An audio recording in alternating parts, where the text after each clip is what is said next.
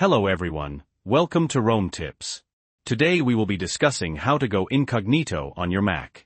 It's super simple, so let's get right to it. First, I'm going to show you how to do it in Safari. Open the Safari web browser.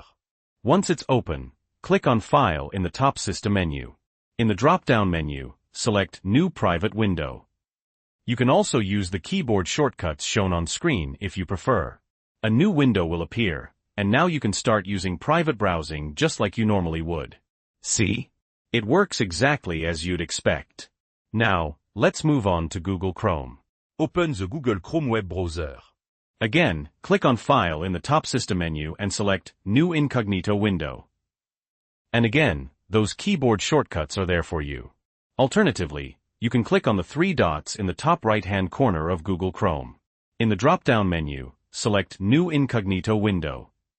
It'll appear just like this. Go ahead and start using it just as you normally would.